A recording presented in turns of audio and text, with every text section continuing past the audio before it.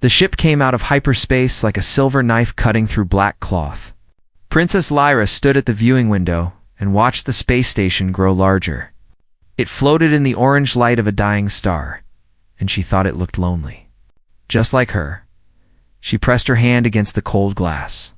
Her skin glowed with soft blue light. This was how her people showed their feelings. Right now the blue meant she was nervous. She could not stop it. She had tried many times during the journey, but her body always told the truth. "Your Highness," her handmaiden Vessa said from behind her. "We will dock in 10 minutes. The humans are waiting." Lyra had heard many stories about them. Her people called them the endless walkers, the ones who never stopped moving. They said humans could chase prey for days without rest. They said humans had once hunted great beasts, not by being faster or stronger, but by simply following them until the beasts collapsed from exhaustion. She had seen pictures of them. They looked soft.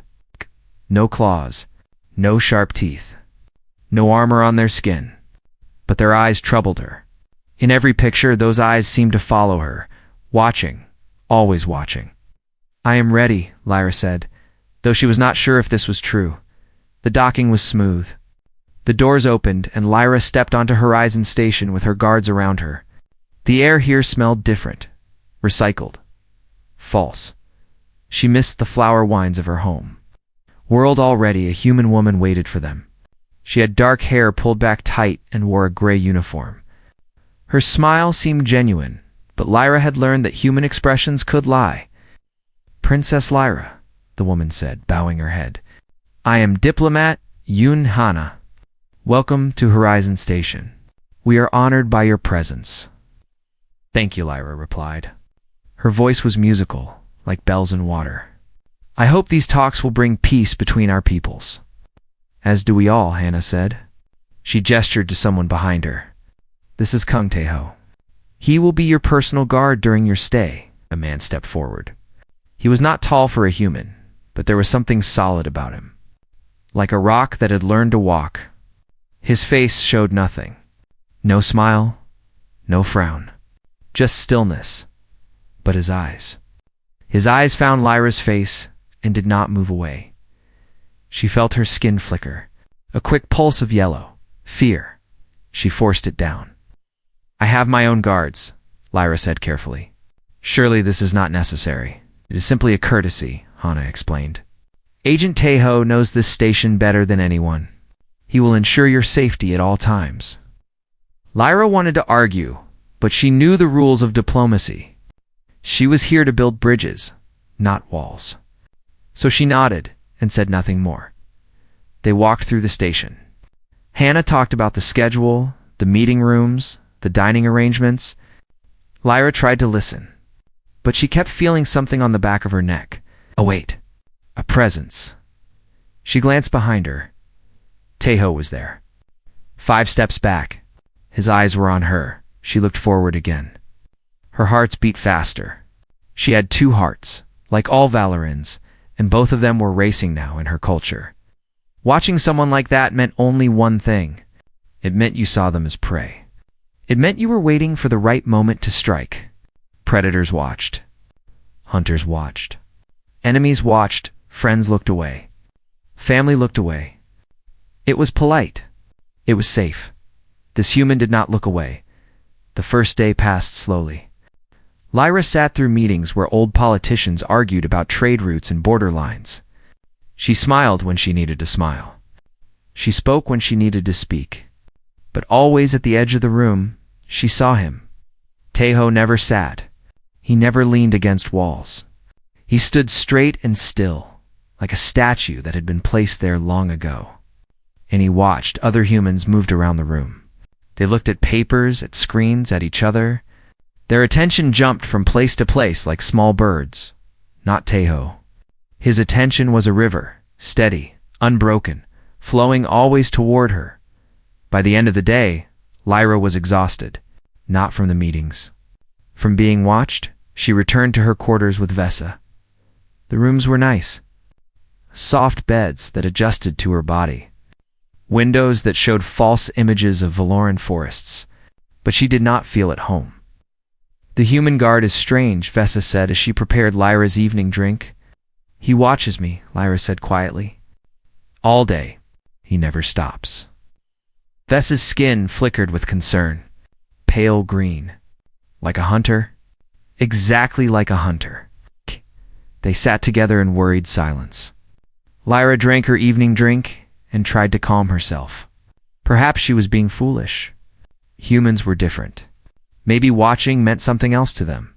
But deep inside, an old fear stirred. The fear that lived in every Valoran. The memory of the long night when their ancestors had been prey to terrible creatures. Creatures that watched and waited and struck without warning. She told herself to sleep. Tomorrow would be better. It was late when she heard something.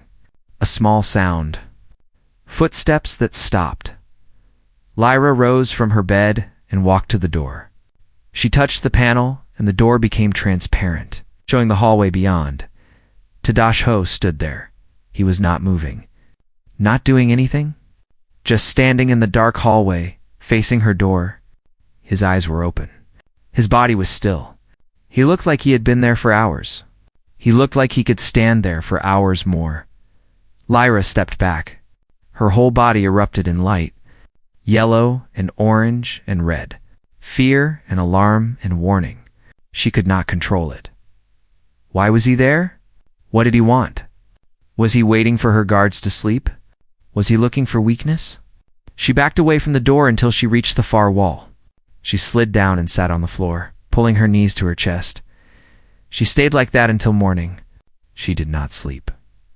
When the light changed to signal a new day, she looked at the door again. The hallway was empty. Teho was gone, but she knew he would return. She knew he would keep watching, and she did not know why.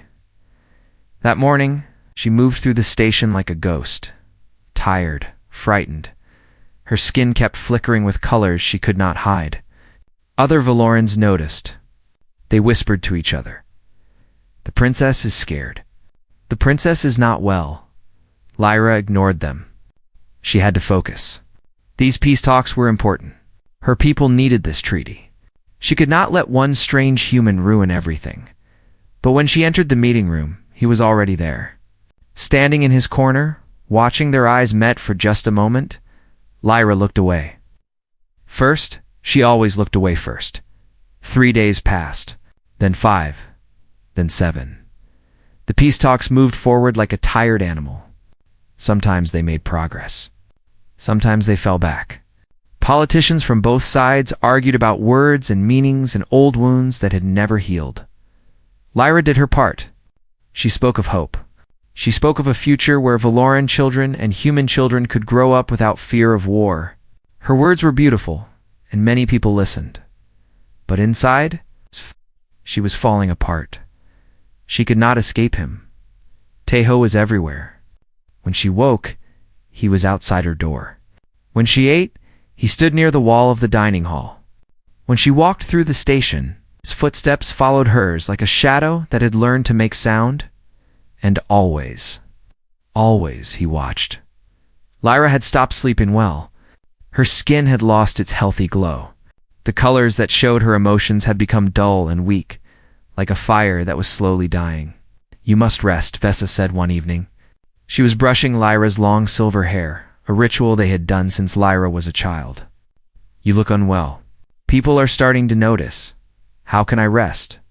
Lyra asked. Her voice was tired. He is always there. Even when I close my eyes, I feel him watching. Perhaps you should speak to the human diplomat. Ask for a different guard. Lyra had thought about this many times. But something stopped her. Pride, maybe? She did not want the humans to think she was weak. She did not want them to know that one silent man could frighten a princess of the Valoran Empire. I will try, she said. Tomorrow. But tomorrow came, and she could not find the words. Instead, she found herself watching Teho. She did it carefully. Quick glances when she thought he was not looking. But he was always looking, so perhaps he saw her too. She noticed things about him. He never ate during his shifts. She had watched him for 12 hours once, and he did not take a single bite of food. He did not drink water. He did not sit down. He just stood there, still and patient, like time meant nothing to him. His eyes rarely blinked. When they did, it was so fast she almost missed it. He positioned himself in strange ways, always between her and the door, always where he could see everyone in the room. His body was relaxed, but she could sense something coiled inside him, like a spring that was waiting to release. One afternoon, something happened. Lyra was in a meeting with several important people. A Valoran noble named Lord Keth was arguing with a human general about military borders. The argument grew heated. Voices rose.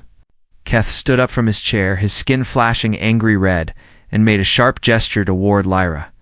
It was not an attack. In Valoran culture, such gestures were common in debate. They meant strong disagreement, but the humans did not know this. Teho moved. He did not attack. He did not even step forward. But something in him changed. His weight shifted. His shoulders squared. And his eyes, which had always been still and dark, suddenly became something else. Something alive. Something dangerous. Lord Keth stopped mid-sentence. His skin went pale blue with surprise. He stared at the human guard, and Lyra saw his hands shake. The moment passed. Keth sat down. The meeting continued. But later, Lyra found Keth standing alone in a corridor. His skin was still pale. His body was trembling. "Lord Keth," she said, "are you well?" He looked at her with wide eyes. "Your Highness, that human. Your guard, what about him?" Keth swallowed hard. When I raised my hand, he looked at me. And for a moment, I saw something in his eyes. Something woke up behind them. Something old. Something that wanted to hurt me very badly. He shook his head. "I have faced warriors in battle. I have looked death in the face. But I have never felt fear like that." Lyra did not know what to say. She watched Keth walk away, still shaking. That night she dreamed. She was running through a dark forest. The trees were tall and black, and she could not see the sky. Her legs burned. Her lungs screamed for air. But she could not stop. Because something was behind her, she did not hear it. She did not see it. But she knew it was there, patient, tireless, following her at a steady pace, never rushing, never slowing. It did not need to be fast. It just needed to be constant. She ran until her body broke. She fell on the cold ground. And then she felt eyes on her back, watching, waiting. She woke up screaming. Vesa rushed to her side. "Your Highness?" "What happened?" Lyra could not speak. Her skin was blazing with fear light, yellow and orange flames dancing across her body. She had seen the truth, she thought. The ancient truth that her ancestors knew. Humans were not like other predators. They did not need speed or strength. They just needed patience. They followed their prey until it could not run anymore. Then they watched it fall. And one of them was watching her right now. She could not take it anymore. The next day, Lyra requested a meeting with diplomat Hana. They sat in a small room with soft chairs and warm drinks. Hannah smiled and asked how the princess was enjoying the station. Lyra did not waste time with small talk. "I need a different guard," she said. Hana's smile faded slightly. "Has Agent Teho done something wrong?" "He watches me. Constantly. Without stopping. In my culture, this is the behavior of a predator. It is making me unwell." Hana was quiet for a moment. Then she spoke carefully. "Your Highness, I understand this must be uncomfortable. But Agent Teho is the best guard on this station. In 10 years, not a single person under his protection has been harmed. Not one. That does not change how I feel. I know. And I am sorry." Hana leaned forward. "But these are dangerous times. There are people who do not want this peace treaty to succeed. People who might try to hurt you. Agent Teho is your best chance of staying safe." Lyra looked down at her hands. Her skin was flickering with frustration. "Why does he watch like that? Does he think I am his enemy?" "No," Hana said softly. "He watches because you are important. To him, to all of us. To the future." Lyra did not understand. But she saw that Hana would not change her mind. So she nodded and left without another word. That evening, she sat in the observation deck and watched the dying star burn. Its light was red and tired, like blood that had grown old. She heard footsteps behind her. She did not need to turn around. "I know you were there," she said quietly. Taeho did not answer. He never did. Lyra stood up. Something inside her had changed. Fear had become something else. Anger, maybe, or desperation. She turned around. "Human," she said. Her voice was shaking. "We need to talk." The observation deck was empty except for the two of them. The dying star painted everything in shades of orange and red. Lyra's skin glowed with anxious light, but she did not care anymore. She was too tired to hide. Taeho stood 5 steps away from her. His hands were at his sides. His face showed nothing, but his eyes were fixed on her, as they always were. "You have been watching me since the moment I arrived," Lyra said. Her voice quivered, but she pushed through. "Every hour? Every day. You stand outside my door at night. You follow me through every corridor. You never look away. Not once." Taeho remained silent. His eyes did not move. "In my culture," she continued, "when someone watches you like that, it means they see you as prey. It means they are waiting for the right moment to strike. It means they want to hurt you." She stepped closer, and her skin flickered with colors she could not control. "Human, why do you keep watching me? Are you waiting for something? Do your people see me as prey?" The words hung in the air between them like smoke. For a long moment, Taeho did not answer. Then, slowly, something changed in his face. Not much, just a small softening around his eyes, like ice that had begun to melt. When he spoke, his voice was quieter than she expected, gentle almost. "I watch because I am afraid." Lyra blinked. This was not the answer she had expected. "Afraid? You? Humans are never afraid. Your people hunt monsters. Your people walk through fire. We're always afraid," Taeho said. "That is why we watch." "I do not understand." Ho was quiet again. He seemed to be searching for words, like he was not used to speaking this much. "In my world," he began slowly, "long ago, we were not the strongest creatures. We did not have claws or sharp teeth. We were not fast. We were not big. But we had something else. We could watch. We could wait. We could pay attention." He paused. Lyra waited. "Our ancestors learned that if you watch something long enough, you begin to understand it. You learn when it is tired, when it is weak, when it is dangerous. Watching was how we survived. It is how we became what we are." "So you watch me like an animal you want to hunt," Lyra said bitterly. "No." Taeho shook his head. "That is not the only reason we watch. Watching is not just for hunting. It is also for protecting." Lyra felt confusion replace her anger. "Protecting?" Taeho took a small step closer. His movements were careful, like he did not want to scare her. "In my culture, we watch the things we love. Parents watch their children sleep, not because they are prey, but because the parents are afraid something might hurt them. They watch to make sure the children are safe." He paused again. His voice became softer. "Soldiers watch over wounded friends. They sit beside them through the night. They do not look away, because looking away might mean death. They watch because they care." Lyra's skin began to change. The fear colors faded. Something else appeared. Soft purple. The color of curiosity. "Humans watch lovers across crowded rooms," Taeho continued. "They watch because they cannot help it.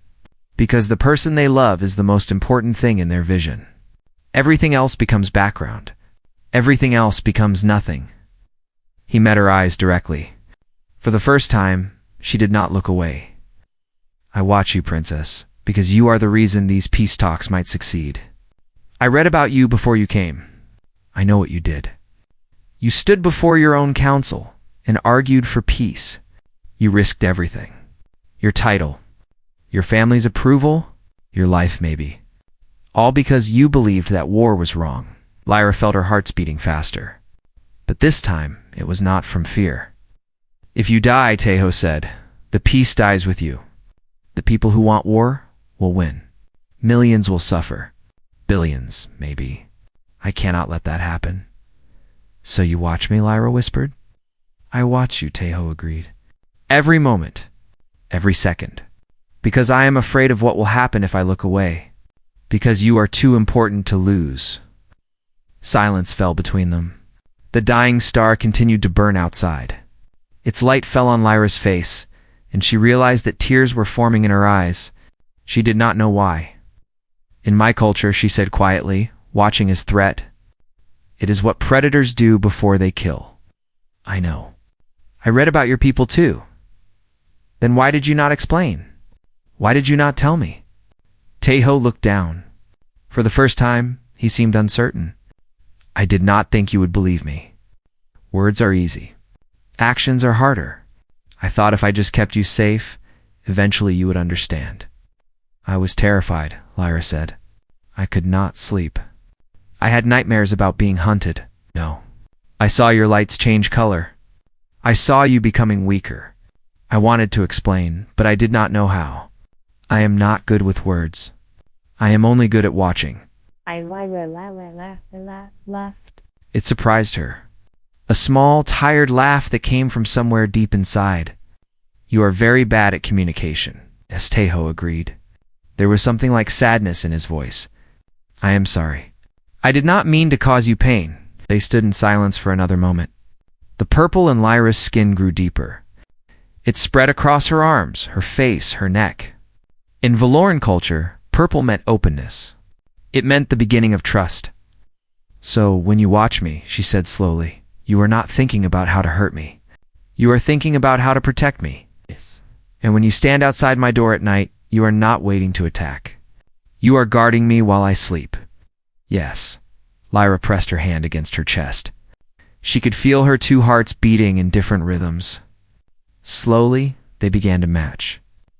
This is very strange, she said. Many things about humans are strange, Tejo replied. We know this. Before Lyra could respond, she saw Tejo's body change. His eyes moved away from her for the first time since they had started talking. He looked at something behind her. His shoulders tensed. His weight shifted forward. We need to move, he said. His voice was different now, sharp, urgent. Now what? Why? Someone is coming. Someone who should not be here.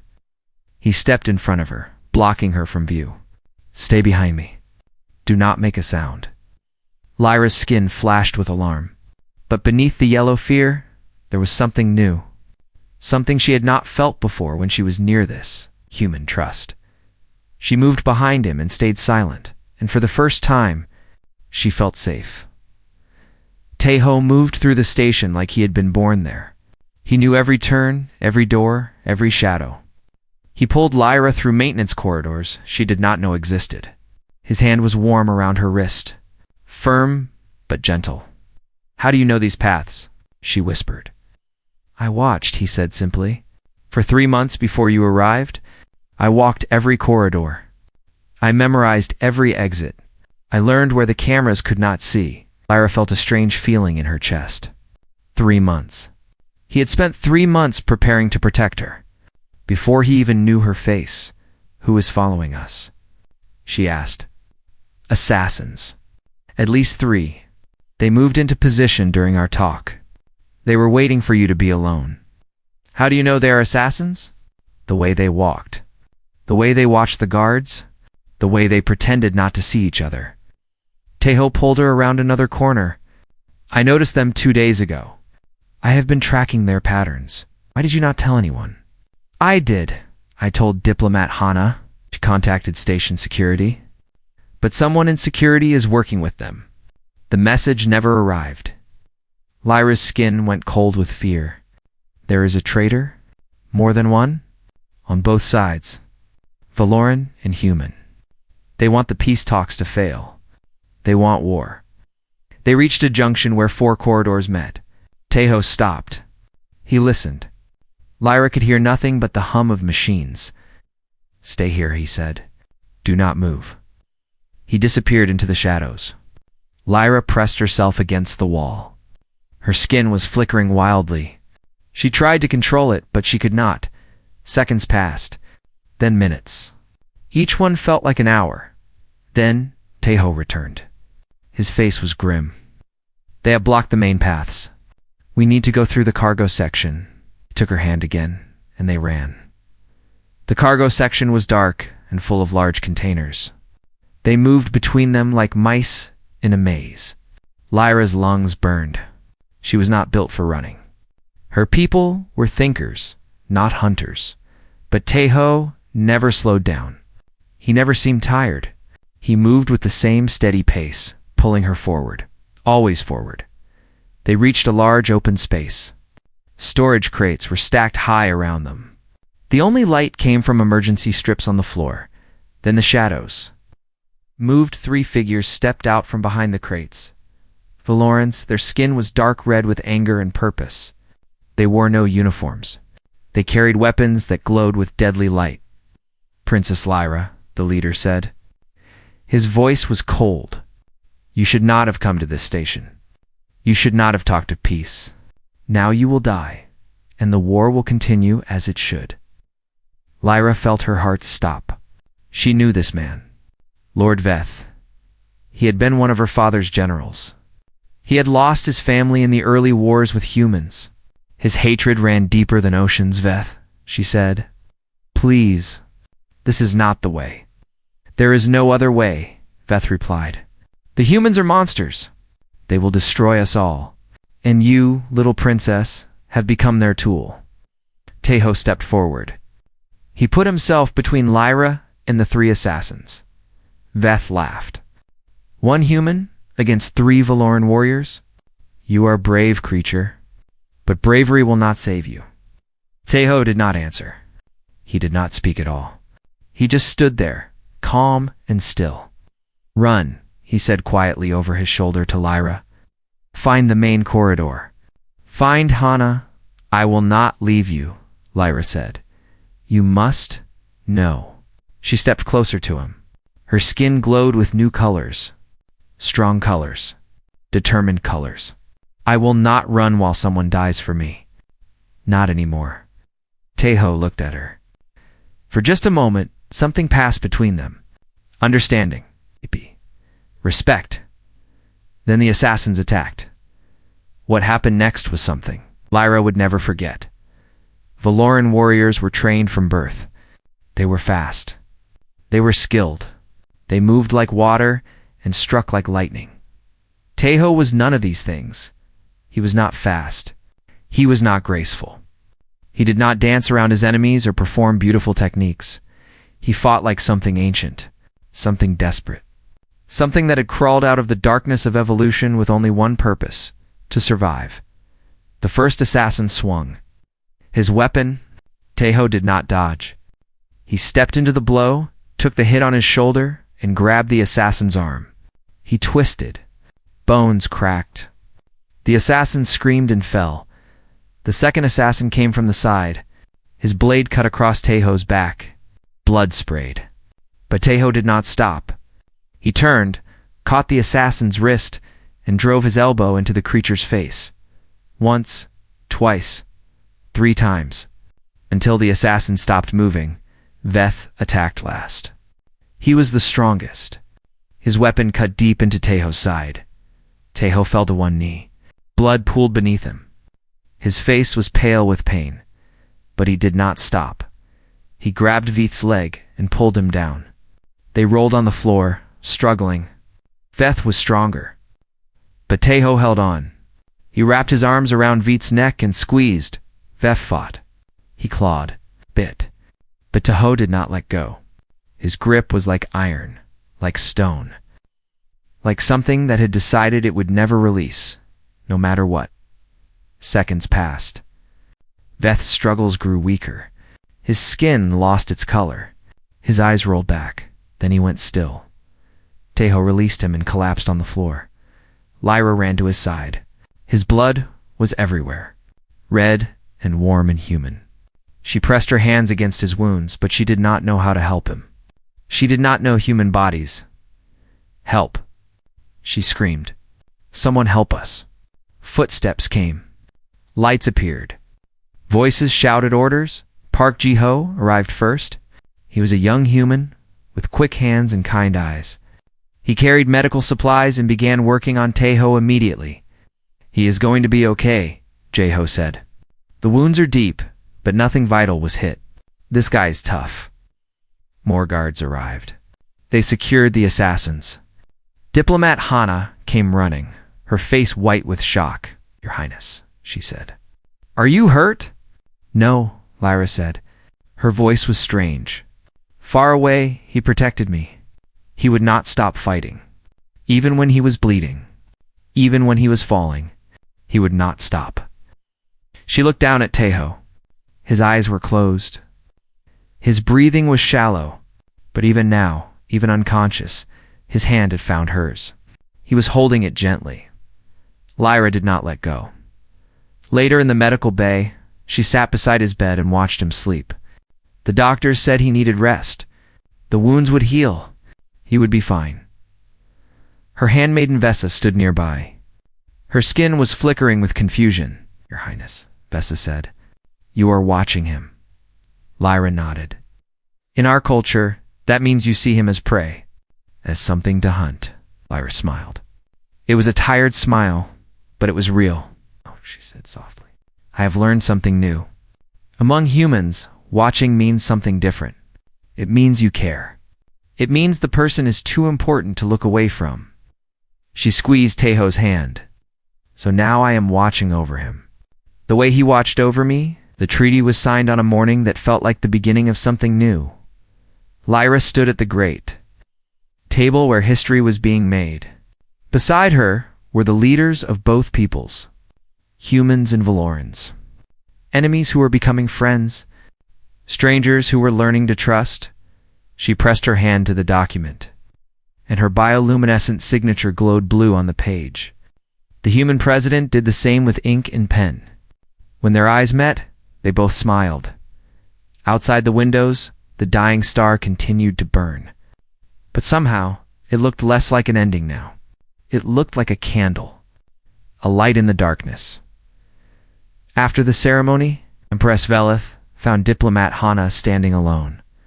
The Empress was tall and beautiful, silver skin that shimmered in the light. She had been against this treaty from the start. She had come only because her daughter had begged her. Now she looked at Hana with eyes that held something new. Not warmth exactly, but perhaps the beginning of respect. Your guard, the Empress said. The one who protected my daughter. Agent Tae-ho, Hana replied. Yes. He stared at her for 2 weeks without blinking. On my world, we would have executed him for such behavior. Hana smiled gently. On our world, we call that devotion. The Empress was silent for a moment. Then she nodded slowly. I am beginning to understand. Your people are very strange, human, but perhaps not as terrible as I believed. That is all we can ask, Hana said. A chance to be understood. The Empress walked away. Hana watched her go. Then she looked across the room to where Tae-ho was standing. He was still recovering from his wounds. His arm was in a sling. His face was pale, but he was on his feet, and his eyes were fixed on Princess Lyra, as they always were. The Valoran delegation prepared to leave that afternoon. Ships were loaded with supplies and gifts. Diplomats exchanged final words and promises. The station buzzed with activity and hope. Lyra found Tae-ho in the observation deck. The same place where she had confronted him. The same place where everything had changed. He turned when she entered. His eyes found her face immediately. You should be resting, she said. I am fine. You were stabbed 3 times. I have been stabbed before. He said it like it was nothing. Like being stabbed was just another part of life. Lyra laughed. She did that more often now, laughing. They stood together and watched the stars. The silence between them was comfortable, easy, not like before, when every quiet moment had felt like a threat. I used to be afraid of you, Lyra said. I know, I am not afraid anymore. Tae-ho looked at her. There was something in his eyes that she had learned to recognize. Not hunger, not danger, just attention. Pure, complete attention, like she was the only thing in the universe that mattered. "I have to go back to my world," she said. "My people need me. There is much work to be done, I know. I will miss being watched." For the first time since she had met him, Tejo smiled. It was a small smile. "Barely there?" But it changed his whole face. "You will never stop being watched," he said. He reached into his pocket and pulled out a small device. It was simple and silver, small enough to fit in her palm. "This is a communicator. It connects directly to me. No matter where you are in the galaxy, no matter how far, if you activate it, I will hear you." Lyra took the device. It was warm from his body. "What if I need help? Then I will come.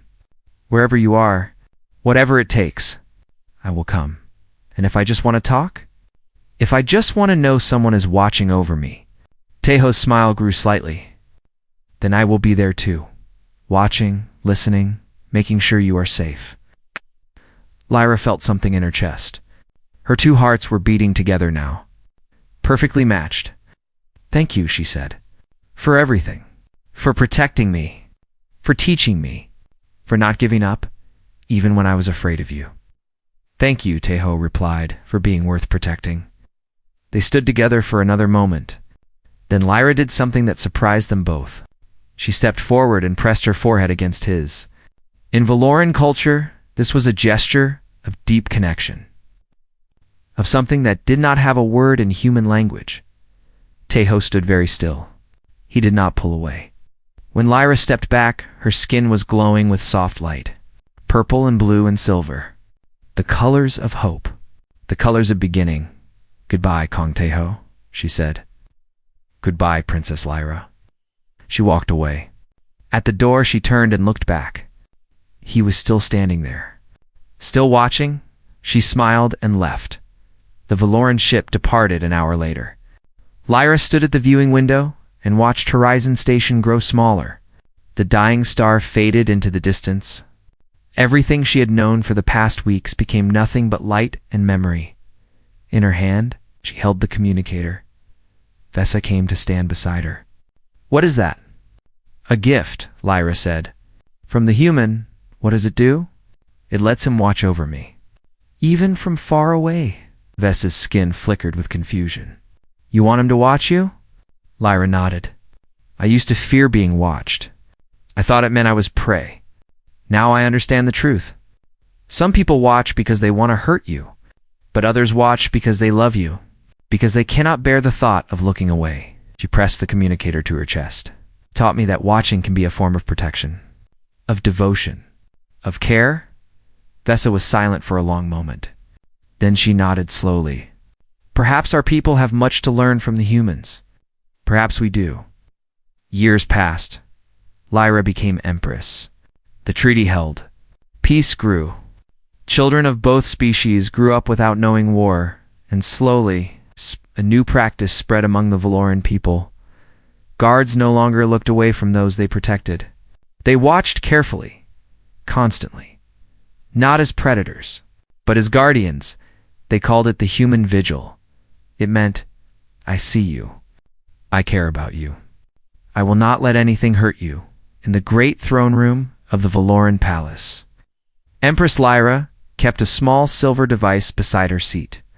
Some of her advisors thought it was a strange decoration. Others thought it was a symbol of the Alliance. Only Lyra knew the truth. Sometimes, when the universe felt vast and cold, when the weight of leadership became too heavy, she would activate the device. She would press it to her ear, and she would hear something on the other end.